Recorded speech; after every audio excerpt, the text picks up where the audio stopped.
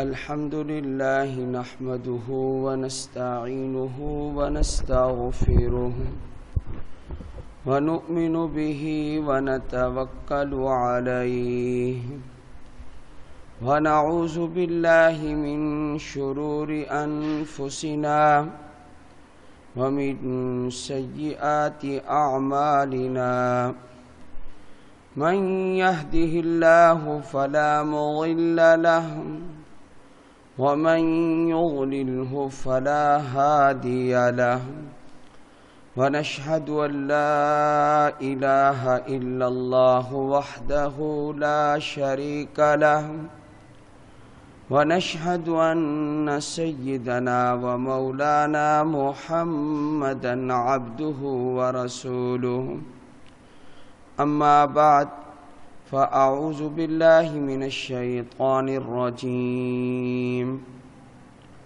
بسم الله الرحمن الرحيم يا أيها المدثر قم فأنذر وربك فكبر وثيابك فطهر والرجز فاهجر ولا تمنن تستكثر ولربك فاصبر قال النبي صلى الله عليه وسلم نظفوا أفنيتكم صدق الله العظيم وصدق رسوله النبي الكريم اللهم صل على محمد وعلى آل محمد كما صليت على إبراهيم وعلى آل إبراهيم إنك حميد مجيد اللهم بارك على محمد وعلى آل محمد كما باركت على إبراهيم وعلى آل إبراهيم إنك حميد مجيد۔ اللہ نے اسلام کو کامل مکمل دین بنایا ہے۔ اس میں ہر قسم کی ہدایات موجود ہیں۔ نبی اکرم صلی اللہ علیہ وآلہ وسلم کو اللہ تعالیٰ نے سورہ المدثر کی ابتدائی آیات میں کئی باتوں کا حکم دیا ہے، اور ان میں سے ایک یہ بھی حکم ہے وَثِيَابَكَ فَطَهِّرْ، آپ اپنے کپڑوں کو پاک رکھیں۔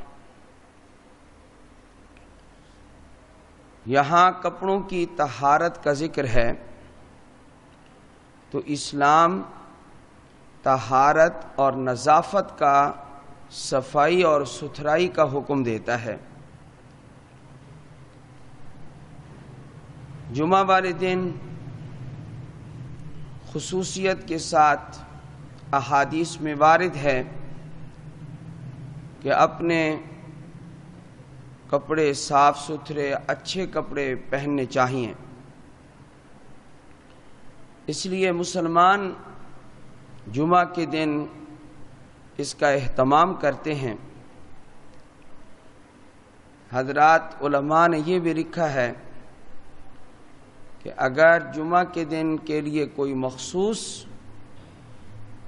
لباس ہو تو بہتر ہے کہ وہ جمعہ کے دن ہی پہنا جائے۔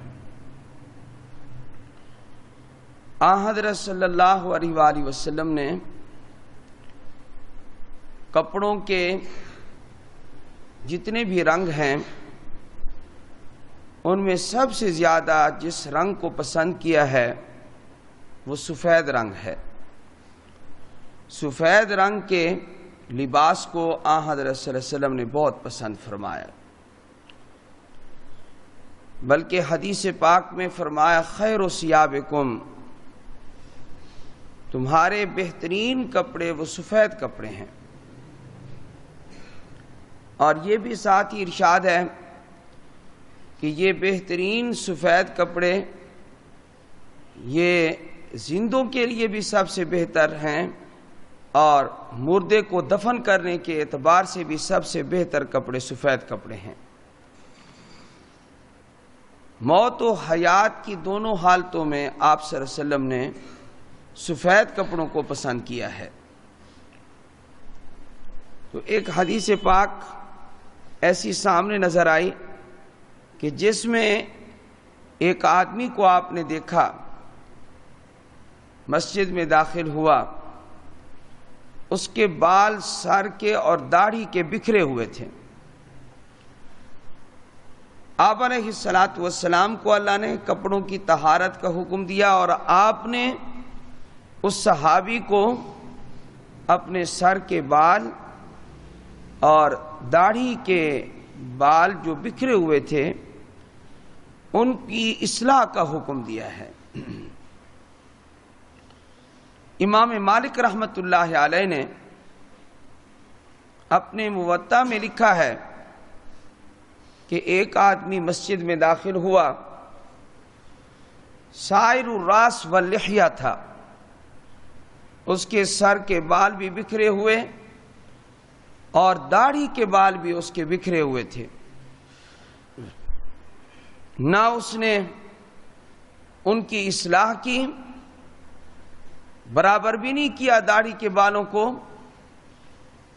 اور نہ ہی سر کے بالوں کو تیل لگایا، کنگھا دیا۔ ایسے بال اڑے ہوئے تھے اور متفرق طور پر تھے۔ آپ علیہ الصلاۃ والسلام نے اشارہ کیا، اس کو اپنے ہاتھ مبارک سے اشارہ کیا، وہ سمجھ گیا، وہ مسجد سے واپس چلا گیا۔ واپس جانے کے بعد اس نے اپنے بالوں کو، داڑھی کے بالوں کو برابر کیا، ٹھیک کیا، سر کے بالوں کی اصلاح کی، اور کنگا ونگا کر کے پھر مسجد میں آیا۔ تو آپ علیہ الصلاۃ والسلام نے جب اس کا یہ حلیہ دوبارہ بنا ہوا دیکھا، اچھی حالت میں دیکھا، تو آپ نے کیا ارشاد فرمایا؟ آپ نے فرمایا الیس ھذا خیرا، کیا یہ بہتر نہیں ہے یہ حالت جو اب بنا کے تم آئے ہو؟ من ان یاتی احدکم، اس سے کہ تم میں سے کوئی شخص آئے، وہو سائر الراس، اور اس کے سر کے بال بکھرے ہوئے ہوں۔ اگلا جملہ ذرا سخت ہے حدیث پاک کا۔ اتنا تو آپ حضرات نے بھی سن لیا کہ آپ صلی اللہ علیہ وسلم نے بال اڑے ہوئے ہوں، بکھرے ہوئے ہوں، اور ان کو آدمی کنگھا بنگا نہ کرے، تو اس کو آپ صلی اللہ علیہ وسلم نے ناپسند کیا ہے۔ آپ صلی اللہ علیہ وسلم نے اپنی انسان ظاہری شکل و شباہت کو بھی اچھا رکھے، آپ علیہ السلام نے اس کو پسند فرمایا ہے۔ تو یہ تو معلوم ہو گیا حدیث پاک کے اتنے ٹکڑے سے، حصے سے، کہ آپ نے اس بات کو ناپسند کیا ہے کہ بالوں کو کنگھا نہ دیا جائے اور داڑھی کو نہ سنوارا جائے۔ بعض لوگ ایسے بھی ہوتے ہیں کہ ماشاءاللہ داڑھی مکمل ہے، سنت کے مطابق ہے، لیکن پرواہ نہیں ہے، داڑھی کو نہ تیل لگاتے ہیں نہ اس کو کنگھا کرتے ہیں۔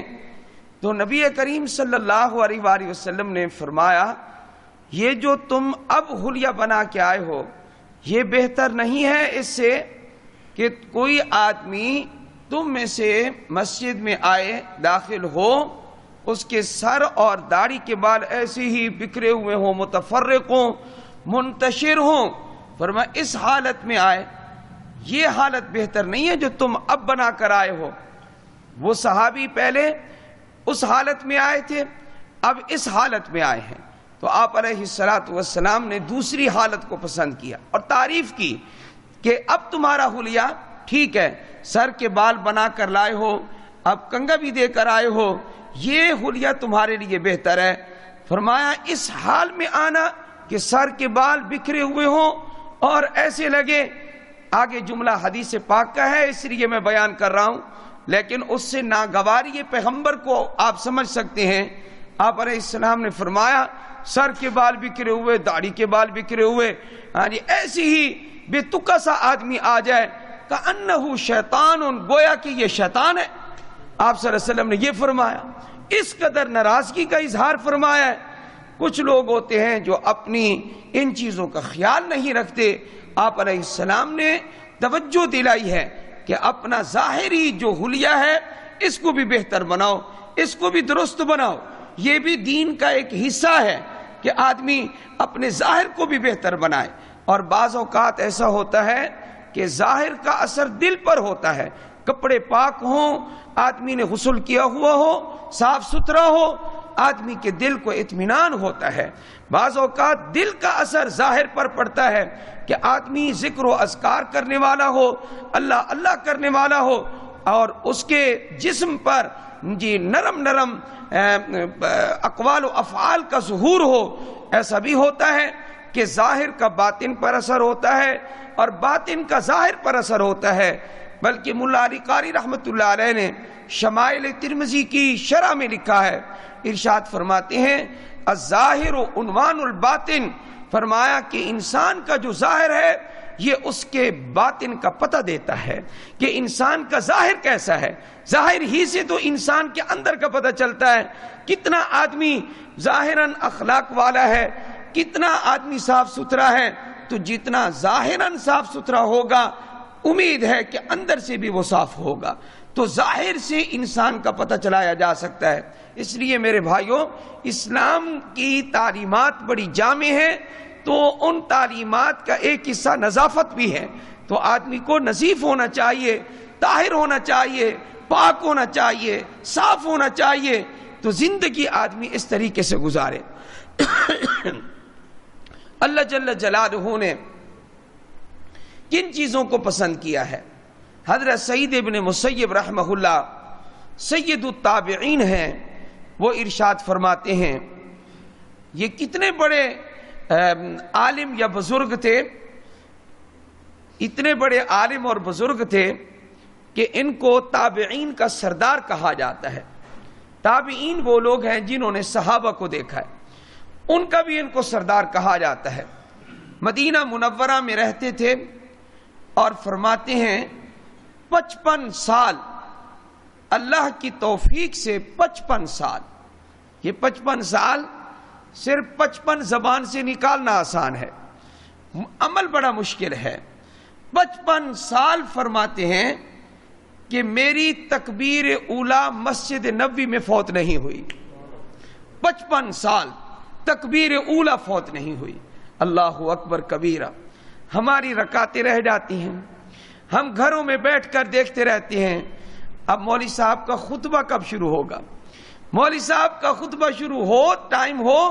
بلکہ میں تو دیکھتا ہوں کہ خطبہ بھی ختم ہو جاتا ہے، لوگ اس وقت آتے ہیں. ابھی آپ دیکھ لیں ہمارا حال کہ مسجد کا سین خالی ہے، اور ایسا ایسا جوں وقت گزرتا جائے گا، منٹ گزرتے جائیں گے تو نمازی آتے جائیں گے. اس کی وجہ کیا ہے کہ گھروں میں کیا بیٹھ کے کر رہے ہیں، وہ کچھ نہیں کر رہے سوائے سستی کے یا کاہلی کے، اور کچھ نہیں ہے. بلکہ یہاں تو کہتے ہیں کہ ہمارا جہاں جہاں گھر ہے، کسی کا گھر قریب ہے، کسی کا گھر دور ہے، کسی کا سڑک کی دوسری طرف ہے، کسی کا اس محلے کے علاوہ کسی اور محلے میں ہے، ہمارے گھر دور دور ہیں. مغرب کی نماز میں آپ اتنا وقت ہمیں دے دیں، ہم اپنے گھروں سے یہاں آ جائیں. اب آپ بتائیں کہ کس آدمی کے گھر کا اعتبار کریں؟ ذرا یہ تو بتا دیجئے کہ قریب والے محلوں کا اعتبار کریں یا سڑک کے پار والے ان کا اعتبار کریں یا دوسرے محلے والوں کا اعتبار کریں. یہ تو ذرا بتا دیجئے کہ اعتبار کس کا کیا جائے. ہاں جی، ہر ایک ناراض ہوگا کہ آپ نے میرا تو انتظار نہیں کیا، میرا تو آپ نے نظم جب تک مضبوط نہ ہو اس ہر ایک کی سنتے رہیں تو پھر تو کام چل پڑا مساجد میں. اس لیے 1-1.5 منٹ کے علاوہ کسی کا ہم انتظار نہیں کرتے اور نہ کریں گے. یہ آپ یاد رکھ لیں. آپ جی انشاءاللہ یہ نہیں ہوگا کہ ہم 5-5 6-6 منٹ دے کر جی اب وہ نہیں آیا، اب وہ نہیں آیا، وہ آ جائے اور وہ آ جائے، وہ آ جائے، فلانا آ جائے. نہیں، بس صرف دعا پڑھیں، اذان کے بعد دعا کریں. اس کے بعد سنت طریقہ کیا ہے؟ سنت طریقہ یہ ہے جب اذان ختم ہو جائے، پہلے تو اذان کا جواب دیجئے، اذان ختم ہو جائے اس کے بعد آپ درود شریف پڑھیں. درود کون سا؟ درود ابراہیمی جو ہم نماز میں پڑھتے ہیں وہ درود شریف پڑھیں. اس کے بعد آپ دعا پڑھیں. 2 منٹ تو اسی میں لگ جاتے ہیں, 2 منٹ مکمل گزر جاتے ہیں. اگر سنت کے مطابق آپ اذان کا جواب دیں اور پھر اس کے بعد دعا پڑھیں, ہو جاتا ہے. پھر میں قصدن وضو کر کے پھر بیٹھا ہوتا ہوں اور میں آرام سے سیڑھیاں اتر کے آتا ہوں تاکہ 1 منٹ 1.5 منٹ گزر ہی جائے. لیکن اس کے باوجود لوگوں کے دل میں ہوتا ہے میں تو ابھی آیا نہیں تھا, تو مسجد میں نماز کیسے کھڑی ہو گئی مغرب کی, میں تو آیا نہیں تھا. اس طریقے سے اگر کیا جائے تو پھر تو کام چل پڑا, پھر امام نے گزارا کر لیا آپ کے ساتھ. تو میں عرض یہ کروں گا کہ آپ اپنے گھروں میں اپنی دکان پر باوضو ہو کر پہلے کیوں نہیں بیٹھتے؟ آپ کی گھڑیاں نہیں ہیں, آپ کے پاس وقت دیکھنے کا کوئی ذریعہ نہیں ہے کہ آپ پہلے سے باوضو ہو کر بیٹھیں. جیسے اذان شروع ہو آپ وہاں سے گھروں سے آپ چلیں, بلکہ پہلے چلیں. آپ مسجد میں اگر آ کر پہلے ہی 2-4 منٹ آ کر بیٹھ ہی جائیں تو آپ کو کیا حرج ہوتا ہے, آپ کو کیا تکلیف ہوتی ہے کہ آپ مسجد میں آ کر 2-4 منٹ پہلے یہ انتظار کریں. حضرت صلی اللہ علیہ وآلہ وسلم نے ارشاد فرمایا, کیا ارشاد فرمایا؟ فرمایا کہ جو شخص وضو کر کے مسجد میں داخل ہو گیا وہ نماز کے انتظار میں بیٹھا ہے, اللہ تعالیٰ اس کو نماز پڑھنے کا ثواب عطا فرمائیں گے, گویا وہ نماز کے اندر ہے. تو لوگ یہ ترغیب نہیں دیتے کہ بھائی آپ 2-4 منٹ پہلے تیار ہو لیں نماز کے لیے, آپ ذرا پہلے تشریف لائیں. دباؤ یہ دیا جاتا ہے کہ جناب امام انتظار کرے, امام منتظر رہے. بھلا کتنی دیر انتظار کریں؟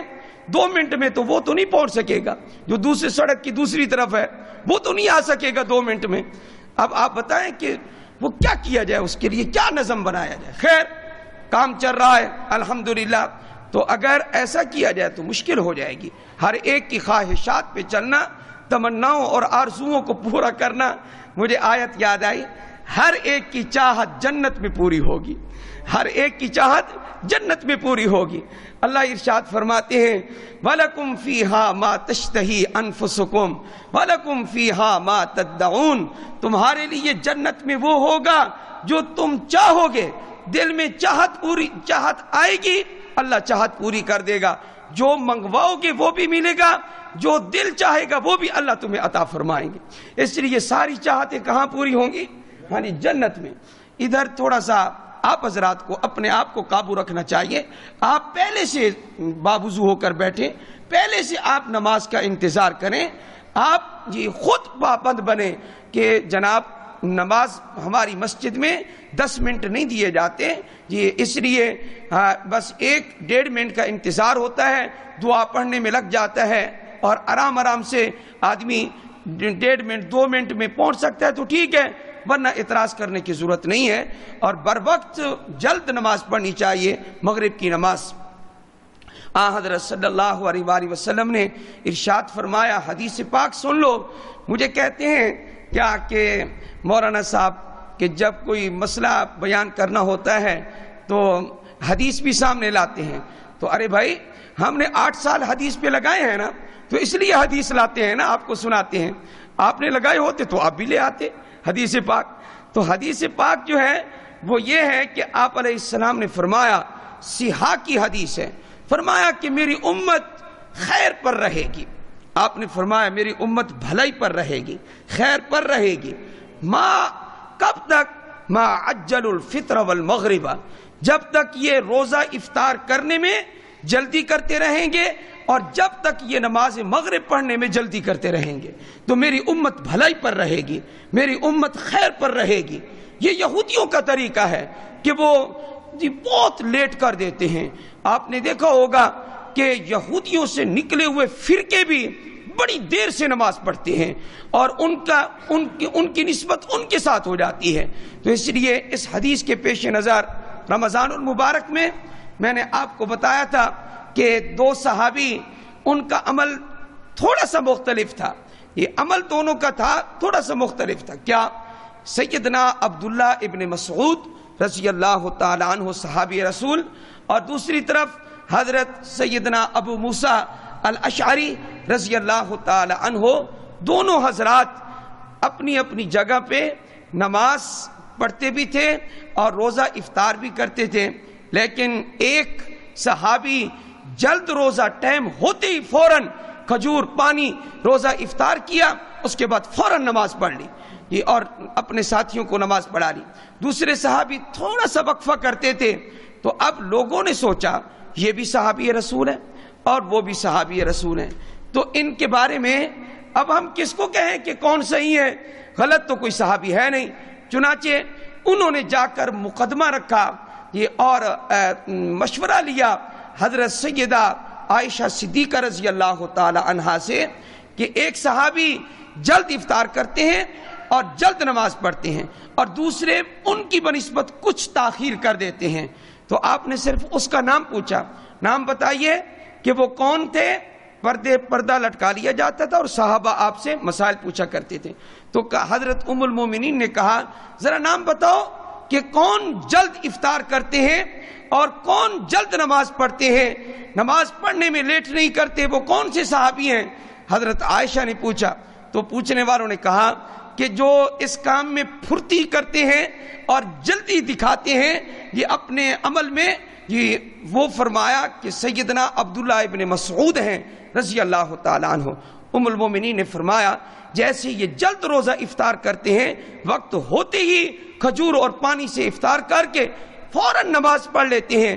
فرمایا میرے حبیب کا یہی عمل تھا، آپ نے فرمایا یہی میرے آقا کا عمل تھا، اس میں تاخیر نہیں فرمائی آپ علیہ الصلوۃ والسلام نے، فوراً اس میں پھرتی کرنی چاہیے۔ وقت چونکہ گزرتا جاتا ہے کراہت کی طرف چلا جاتا ہے، مغرب کا وقت جلد کراہت کی طرف جاتا ہے، اس لیے اس کراہت سے بچنا چاہیے، اور مجمع کثیر ہو اس کی وجہ سے تو کوئی حرج نہیں ہے۔ جس طرح رمضان المبارک میں ایک ہماری یہ مجبوری ہوتی ہے افطار کرنا ہوتا ہے، اتنا تو تھوڑا سا فرق کرنا وہ تو حرمین شریفین میں بھی ہو جاتا ہے، کیا کہ سوموار کو نفلی روزہ ہوتا ہے، جمعرات کو بھی نفلی روزہ وہاں رکھتے ہیں، وہ لوگ سنت پر عمل کرتے ہیں اور ہم یہی بدعات میں لگے رہتے ہیں، تو اس دن وہ دسترخوان لپیٹنے میں اور اٹھانے میں اور صفائی کرنے میں اگرچہ یہ سارے کام آنن فانن ہوتے ہیں، لیکن پھر بھی امام اس دن جس دن نفلی روزہ ہوتا ہے 1-1.5 منٹ 2 منٹ کی تاخیر خود فرما دیتے ہیں، کیونکہ یہ ایک مجبوری ہے، اور اتنی اگر تاخیر کبھی کر لی جائے، روزانہ کا معمول نہیں ہے، اگر کر لی جائے تو یہ جائز ہے۔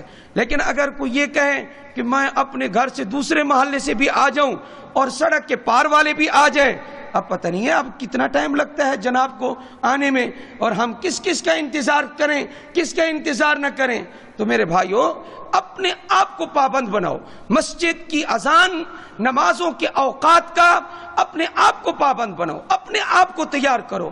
اپنے آپ کو تیار کرنے میں بڑا فائدہ ہے، کیا ہم اللہ کے حکم کے تابع ہیں؟ اللہ کی مسجد کا نظام ہمارے تابع نہیں ہے۔ ہاں اپنے آپ کو مٹاؤ، اپنے آپ کو پابند کرو، اور اگر ہم نے ایسا کر لیا تو انشاءاللہ اللہ جل جلالہ کی رضا بھی ہمیں نصیب ہو جائے گی۔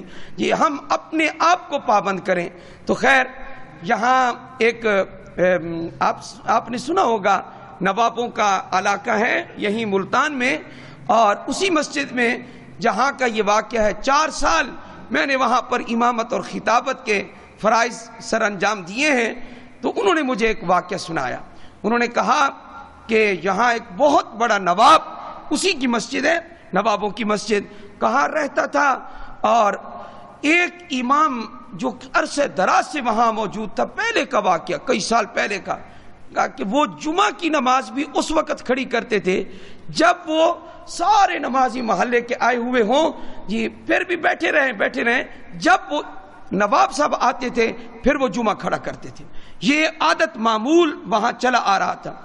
تو ہمارے مسلک کے عالم، آپ کو پتہ ہے کہ ان میں جرأت ہوتی ہے، بہادری ہوتی ہے، حق گوئی ہوتی ہے، ان میں مداہنت نہیں ہوتی، ان میں لیپا لاپی نہیں ہوتی، صاف بات گفتگو واضح طور پر کر دی جاتی ہے، حق بات کو بیان کر دیا جاتا ہے۔ تو میں عرض کروں حضرت مولانا عبد الخالق صاحب رحمت اللہ علیہ بڑے جید عالم اور بزرگ گزرے، انہوں نے اس نواب کو کہا کہ نواب صاحب آپ سے میں یہ عرض کروں کہ 1 بجے جمعہ کا وقت ہے، میں آپ کا انتظار نہیں کروں گا آئندہ کے لیے. اگر آپ نے آنا ہو تو آپ 1 بجے سے پہلے تشریف لائیں. 1 بجے گا تو میں اپنی تقریر ختم کر کے میں جمعہ کھڑا کر دوں گا, خطبہ پڑھوں گا اور میں کھڑا کر دوں گا جمعہ. آپ کا انتظار میں نہیں کر سکتا. آپ کو چاہیے کہ آپ ذرا پہلے تشریف لائیں. تو نواب صاحب کے دل پر بات لگی. انہوں نے کہا انشاءاللہ آئندہ میں ہی اپنے آپ کو ڈھال لیتا ہوں, میں ہی 15 منٹ پہلے آ جایا کروں گا. چنانچہ جب تک حضرت زندہ رہے وہ نواب صاحب پابندی کے ساتھ 1 بجے سے پہلے تشریف لاتے تھے. اس لیے میرے بھائیوں, مسجد کو اپنے تابع نہ کرو, مسجد کے نظام کو اپنے تابع نہ کرو, خود تابع ہو جاؤ, دین کے تابع بن جاؤ, اللہ اکبر کے تابع بن جاؤ. اللہ اکبر, اللہ اکبر, اللہ سب سے بڑا ہے. واقعتاً کون بڑا ہے جی بتائیں نا جی, اللہ سب سے بڑا ہے. اس لیے مجھے اور آپ کو سوچنا چاہیے اللہ سب سے بڑا ہے. پہلے سے تیاری ہو, پہلے سے فکر ہو, پہلے سے ذہن ہو کہ اللہ کی طرف سے آواز آئے گی اور میں نے مسجد میں جانا ہے, میں نے مسجد میں نماز ادا کرنی ہے. تو ہمارا موضوع جو چل رہا تھا اس کے مطابق حضرت سعید بن مسیب کا ذکر آیا اور موضوع میں نے یہ عرض کر دیا. حضرت کیا فرماتے ہیں, 55 سال, اللہ اکبر کبیرہ, 55 سال مسجد نبوی میں نے نماز ادا کی ہے اور اللہ کے فضل سے 1 مرتبہ بھی میری تکبیر اولا فوت نہیں ہوئی, 1 مرتبہ بھی. اور پھر وہ یہ نہیں ہے کہ مسجد ملتان کی ہو, مسجد تو خیر مسجد ہی ہے, اللہ کا گھر ہے. وَأَنَّ الْمَسَاجِدَ لِلَّهِ, مسجدیں کس کی ہیں؟ اللہ کی ہیں. مسجد تو مسجد ہے, لیکن دنیا کی تمام مسجدوں کی سردار 3 مساجد ہیں. نبی اکرم صلی اللہ علیہ وسلم نے فرمایا مسجدی ھذا, میری مسجد, اور فرمایا المسجد الحرام بمکہ المکرمہ, مسجد الحرام یہ تمام مساجد کی سردار ہے.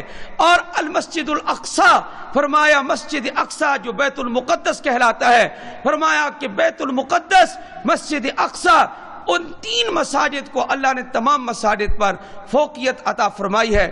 تو حضرت سعید بن مسیب رحمت اللہ علیہ فرماتے ہیں کہ مسجد نبوی میں نے نماز ادا کی اور 55 سال تک 1 مرتبہ بھی تکبیر اولا فوت نہیں ہوئی. اللہ اکبر کبیرہ. ایسی نماز اللہ ہمیں نصیب فرما دے. اور جیسے میں نے کہا کہ جمعہ والے دن خصوصیت کے ساتھ اپنے بال اور سر کے, داڑھی کے, اور ان کو سنوارنا اور ان کو تیل لگانا, یہ خود حدیث پاک سے ثابت ہے. ان کو سنوار کے آنا. اور حضرت سعید بن مسیب رحمہ اللہ سے جو مروی ہے حدیث وہ یہ ہے, ان اللہ نظیف, اللہ تعالی خود نظیف ہے اور یحب النظافت, اللہ نظافت کو پسند کرتا ہے. ان اللہ کریم, اللہ خود کریم ہے. یحب الکرم, وہ کرم کو پسند کرتا ہے. ان اللہ جواد, اللہ تعالی سخی ہے. یحب الجود, وہ اللہ سخاوت کو پسند فرماتے ہیں. اور فرمایا نبی کریم صلی اللہ علیہ وسلم نے نظفوا افنیتکم, اپنے گھروں کے سامنے والے حصے کو صاف ستھرا رکھا کرو. کیوں, یہ کیوں ارشاد فرمایا؟ آپ کو پتا ہے کہ مدینہ طیبہ کے اندر جی یہودی بھی رہا کرتے تھے, ان کی عادت تھی, گھر ان کے گندے ہوتے تھے, سارا کوڑا پڑا ہوتا تھا, صحن میں کوڑا بکھرا ہوا ہے, گھر کے سامنے کوڑا ڈالا ہوا ہے. فرمایا نبی کریم صلی اللہ علیہ وسلم نے نظفوا افنیتکم, اپنے گھروں کے آگے والے حصے کو صاف ستھرا رکھا کرو. ولا تشبہوا بالیہود, اور یہودیوں کے ساتھ مشابہت اختیار نہ کیا کرو. مسلمان کو صاف ستھرا پاک ہونا چاہیے, نظیف ہونا چاہیے, یہ اپنے گھروں کو بھی صاف رکھنا چاہیے. اللہ تعالی ہم سب کو عمل کی توفیق عطا فرمائے. وآخر دعوانا ان الحمد للہ رب العالمین.